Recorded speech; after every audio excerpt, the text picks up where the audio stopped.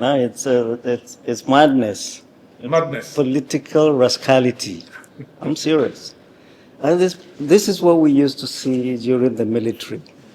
The same military that President Bola Ahmed Tinubu fought.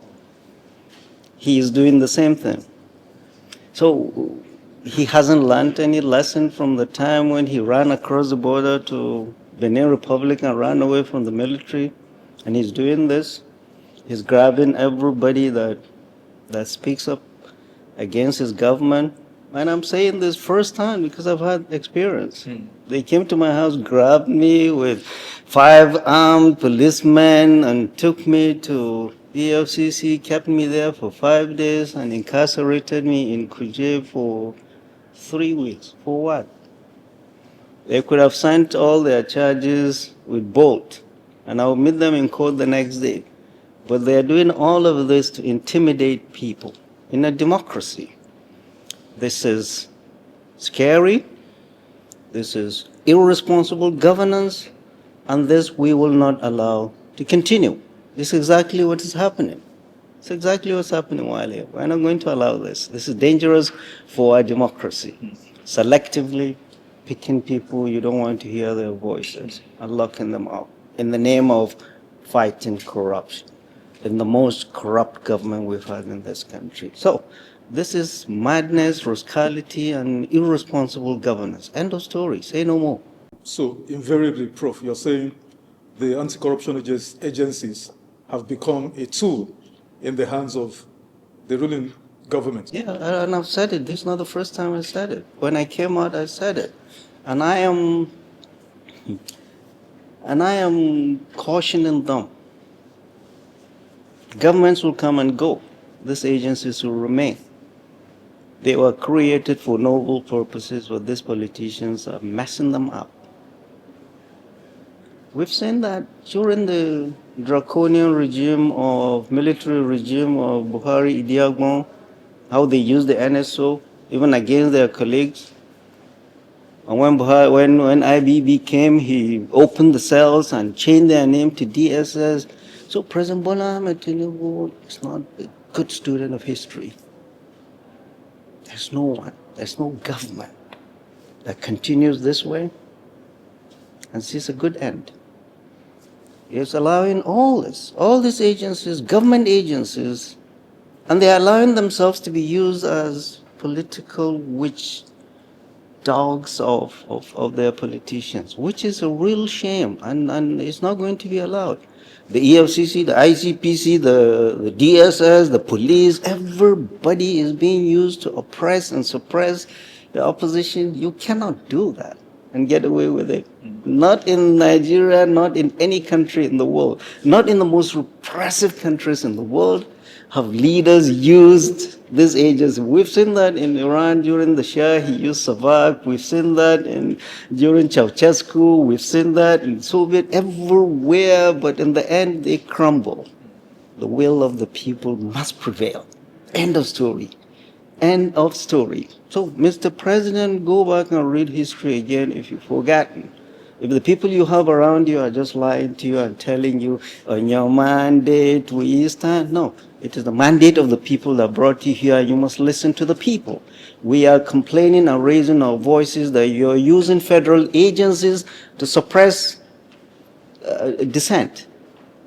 Not in a democracy. If it didn't happen, if it didn't succeed during the military, it can never succeed during a democracy. End of story. I hope he hears that. All the people around him tell him the truth. Because nobody seems to be telling him the truth these days.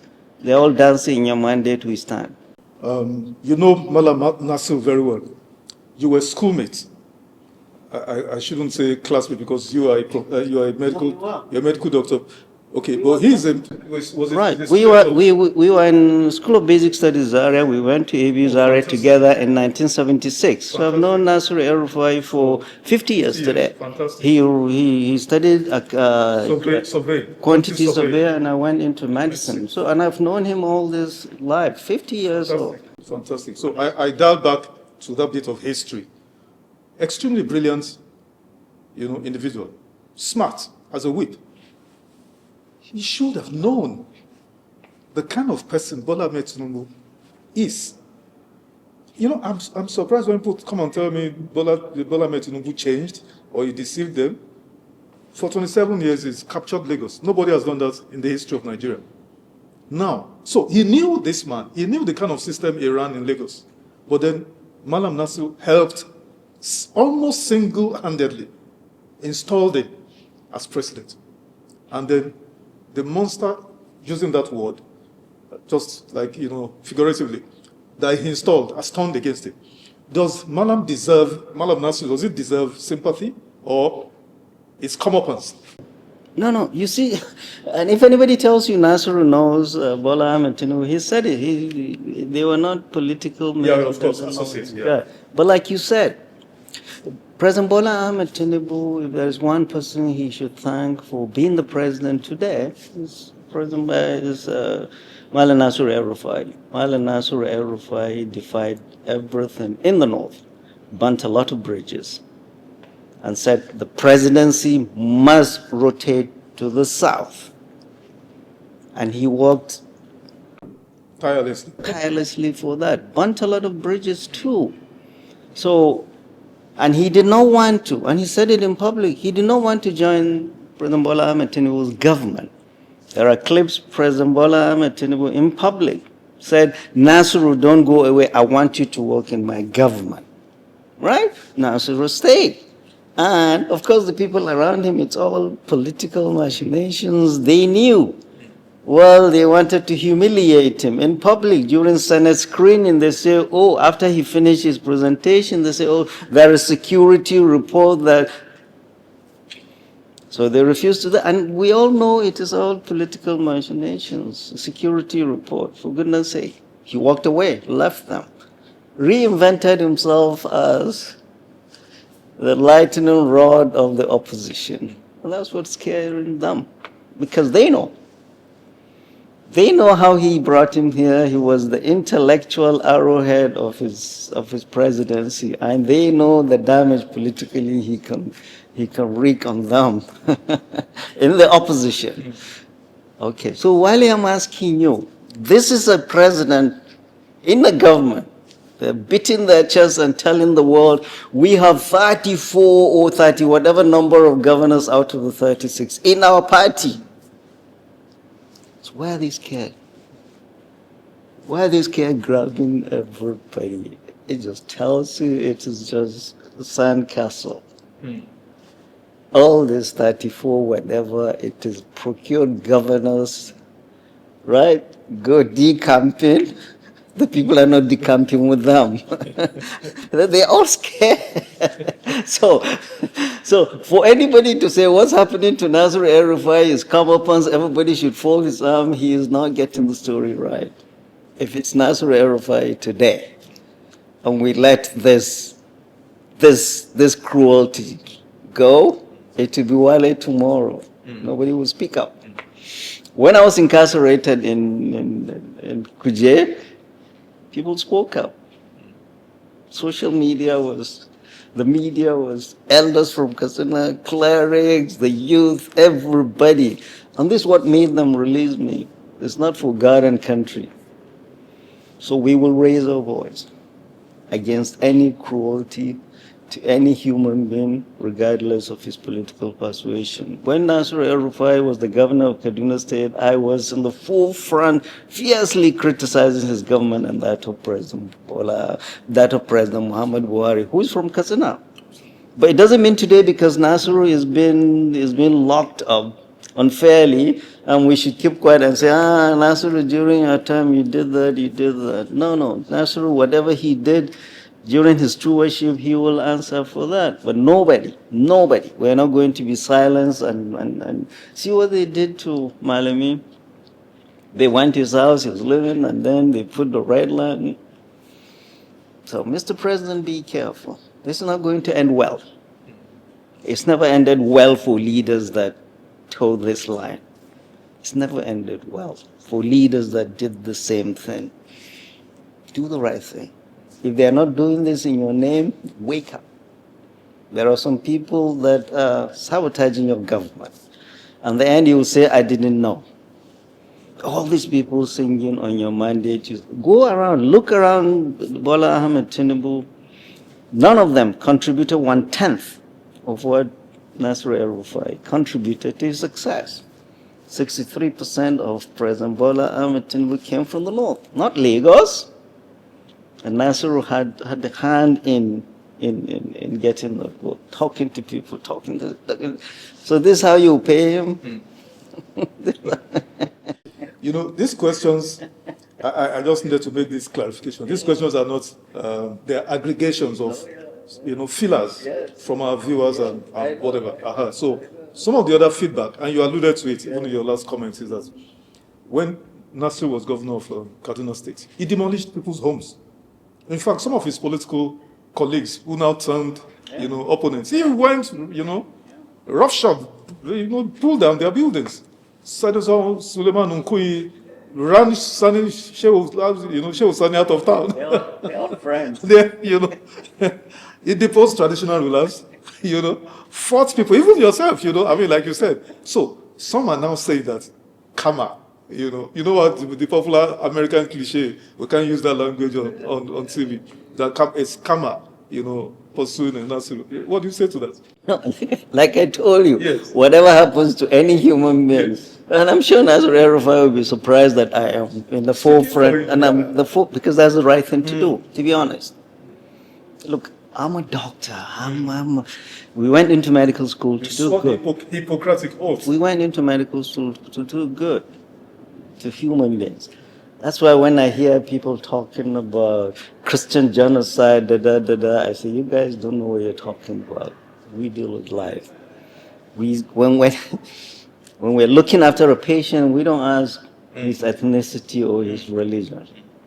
So that is the DNA in me, to stand for what is right, to speak up for the downtrodden, no matter what he did or she did. Or President Nasir El-Rufai, I want to tell the world, Nasir El-Rufai is President Bola Ahmed Tinubu's political prisoner. End of story. Say no more. A political prisoner. Absolutely. And we're going into the world to tell the world that he's been held because he is differently politically, he's opposing the president. I've seen the charges.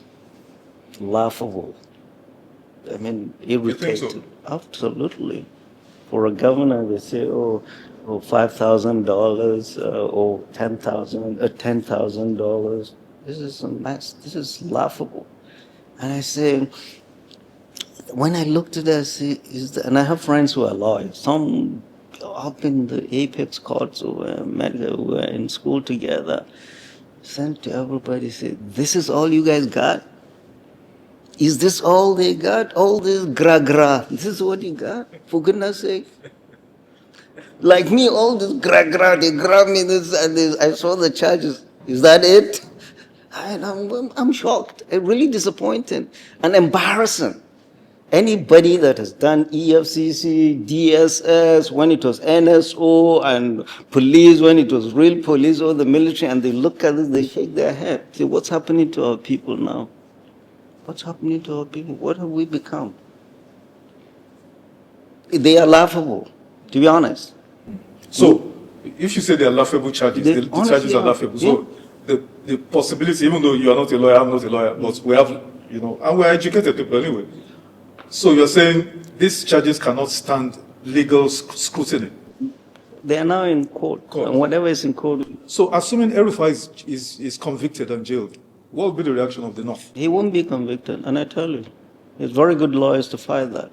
And in spite of what we all say about the judiciary, is this and that and this and that, honestly is our last hope. I'm also in court. This is what they want to do. Anybody that is speaking up against them, they want to put the tire of legal. They keep dragging you and getting you, decommission you, getting you out of the judiciary. No matter how bad we say it is, you have good lawyers. They have their lawyers. The judges there waiting to hear your argument. Prove your case. If you say I do this, oh yeah. After they are in court, then you keep quiet, like the judicial process. This is laughable. I'm not a lawyer, but I can defend El-Rufai. He would not go to jail, I assure you that. What they want to do is decommission Nasir El-Rufai and get him out of the process until after the election. This is what they want, and we'll not allow that. There were rumors, and I'm sure you heard too, that while in ICPC detention facility, offers were made to him, and I emphasize rumor. You know, we don't speculate, but that's what we heard, that the offers were made to him, drop this anti-government posture. You know, don't even do politics, maybe until when, you know, the president leaves office, and then you can take a walk, you know, take a bow and go. I'm sure you heard that too. Does that tally with what you're saying? Yeah, and it's not surprising. They made such overtures to me too. Oh, they made that to you? Not, they will go through Kani. Exactly. You know, let's walk. Isn't that what they are doing with these governors who come to us? You'll be forgiven, Like all your sins will be be. forgiven and all that. But the right to associate with any group, politics, is a constitutional right that cannot be denied to anybody. They don't know the kind of schooling we had. We were brought up in the 70s in the abuse area, and all the universities at that time to question authority. Absolutely. So unless all our generation dies and you have this young generation that sees corruption as a sin, we were not brought up that way. We were brought up to question authority, and will continue to do that. And we cannot be intimidated by the corrupt, to be honest. We will fight for what is right. Nasir El-Rufai cannot be, you cannot bring, please sign this and don't talk. No. They should go and look for somebody who